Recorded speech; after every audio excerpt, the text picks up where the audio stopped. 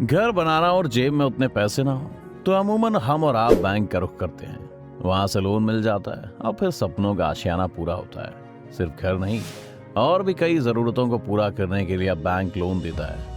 ये तो बात हुई एक आम इंसान की। क्या कभी आपने सोचा है कि अगर किसी देश के पास पैसा कम पड़ जाए, कोई पड़ोसी देश उसकी मदद को आगे ना आए, तो फिर उसकी मदद कौन करता है?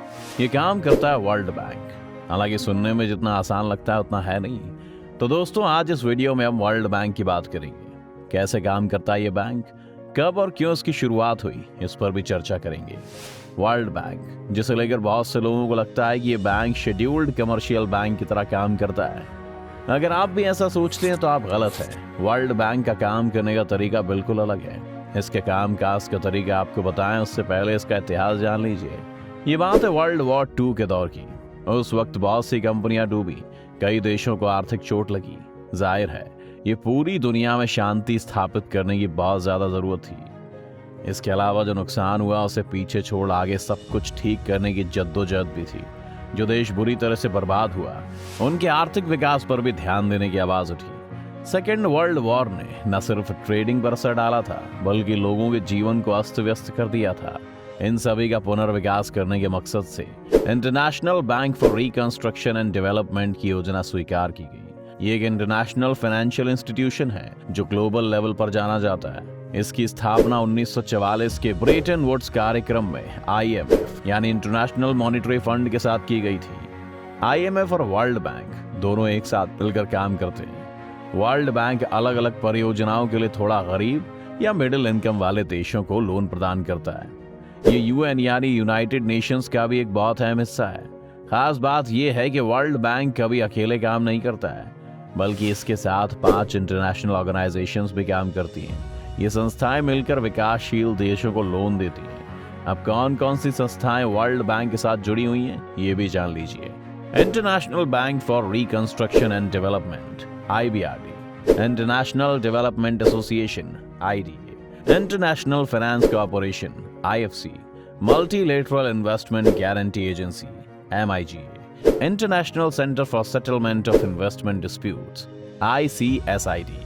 इन 5 संस्थाओं के साथ मिलकर वर्ल्ड बैंक मध्यम इनकम वाले देशों को लोन मुहैया कराता है। चलिए अब आपको वर्ल्ड बैंक का मकसद क्या है ये भी बताते हैं। आर्थिक पुनर्निर्माण और विकास के लिए सदस्य देशों को लॉन्ग टर्म पूंजी प्रदान करना, BOP बैलेंस और इंटरनेशनल ट्रेड के बैलेंस डेवलपमेंट को सुनिश्चित करने के लिए लॉन्ग टर्म इन्वेस्टमेंट को इंस्पायर करना, प्राइवेट लोन या फिर कैपिटल इन्वेस्टमेंट की गारंटी देने के लिए सदस्य देशों को प्रेरित करना, विकास परियोजनाओं के कार्य करने की प्रक्रिया को सुनिश्चित करना ताकि युद्ध के समय से एक शांतिपूर्ण अर्थव्यवस्था के लिए सहज ट्रांसफर लाया जा सके। वर्ल्ड बैंक के मुख्य काम क्या हैं? चलिए ये भी जान लीजिए। मौजूदा वक्त में विश्व बैंक यानी वर्ल्ड बैंक सदस्य देशों, विशेष तौर पर जो देश डेवलप नहीं है, उनके विकास कार्यों के लिए लोन उपलब्ध कराने में महत्वपूर्ण भूमिका निभा रहा है।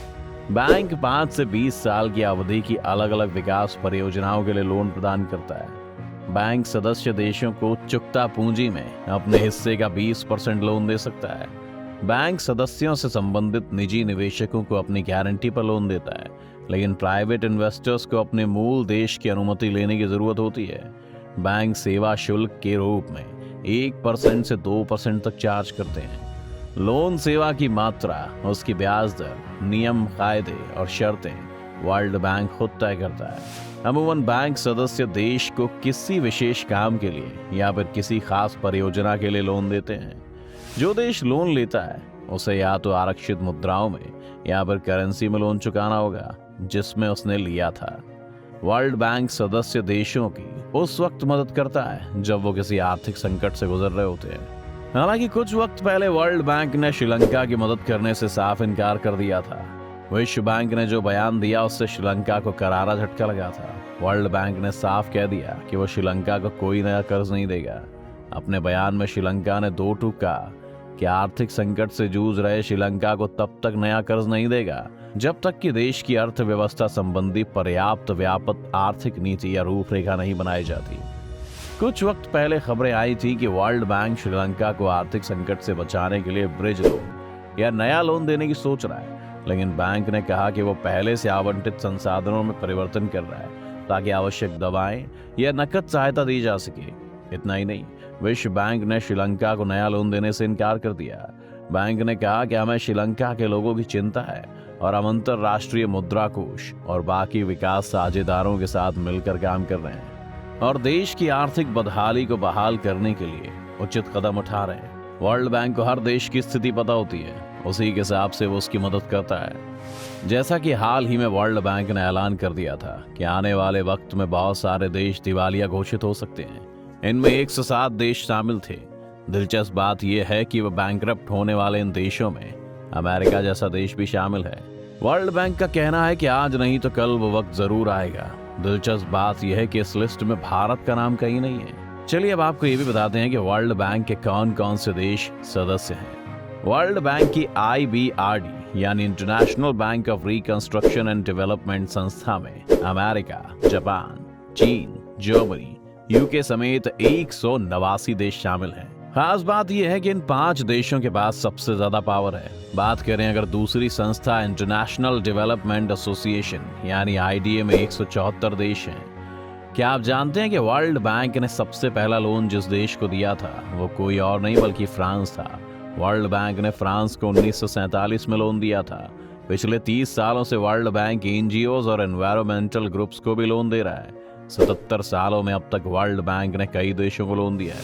वर्ल्ड बैंक में एक प्रेसिडेंट और 25 एग्जीक्यूटिव डायरेक्टर्स और 29 वाइस प्रेसिडेंट की टीम काम करती है। इस वक्त डेविड मालपास वर्ल्ड बैंक के प्रेसिडेंट हैं। आप में से बहुत से लोगों के जहन में अब ये सवाल आ रहा होगा कि क्या भारत वर्ल्ड बैंक का हिस्सा है? क्या उसने भी कभी वर्ल्ड बैंक से लोन लिया है? जवाब है हाँ। भारत 1956 में वर्ल्ड बैंक की IFC संस्था और 1960 में IDA संस्था का हिस्सा बना था। इतना ही नहीं, 1994 में MIGA का हिस्सा भी भारत बन चुका है। भारत भी कई परियोजनाओं के लिए वर्ल्ड बैंक से पैसा ले चुका है।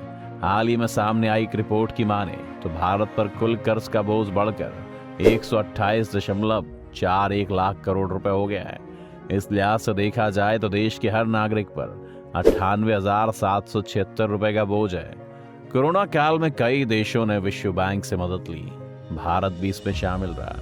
लेकिन अगर भारत और पड़ोसी देशों की तुलना करें तो चीन सबसे ज्यादा कर्ज में डूबा है, जबकि बांग्लादेश के ऊपर सबसे कम उधारी है, जबकि पाकिस्तान का तो और भी बुरा हाल है। आंकड़ों की माने तो इमरान खान सरकार ने 20.7 ट्रिलियन पाकिस्तानी रुपए का नया कर्ज लिया था, जिससे पाकिस्तान का कर्जा बढ़कर 50 ट्रिलियन पाकिस्तानी रुपया पहुंच गया है। भारत के ऊपर कुल बाहरी कर्जा 570 अरब डॉलर्स का है, जबकि चीन की बात करें तो इसके ऊपर कुल बाहरी कर्जा 13,009.3 अरब डॉलर्स है।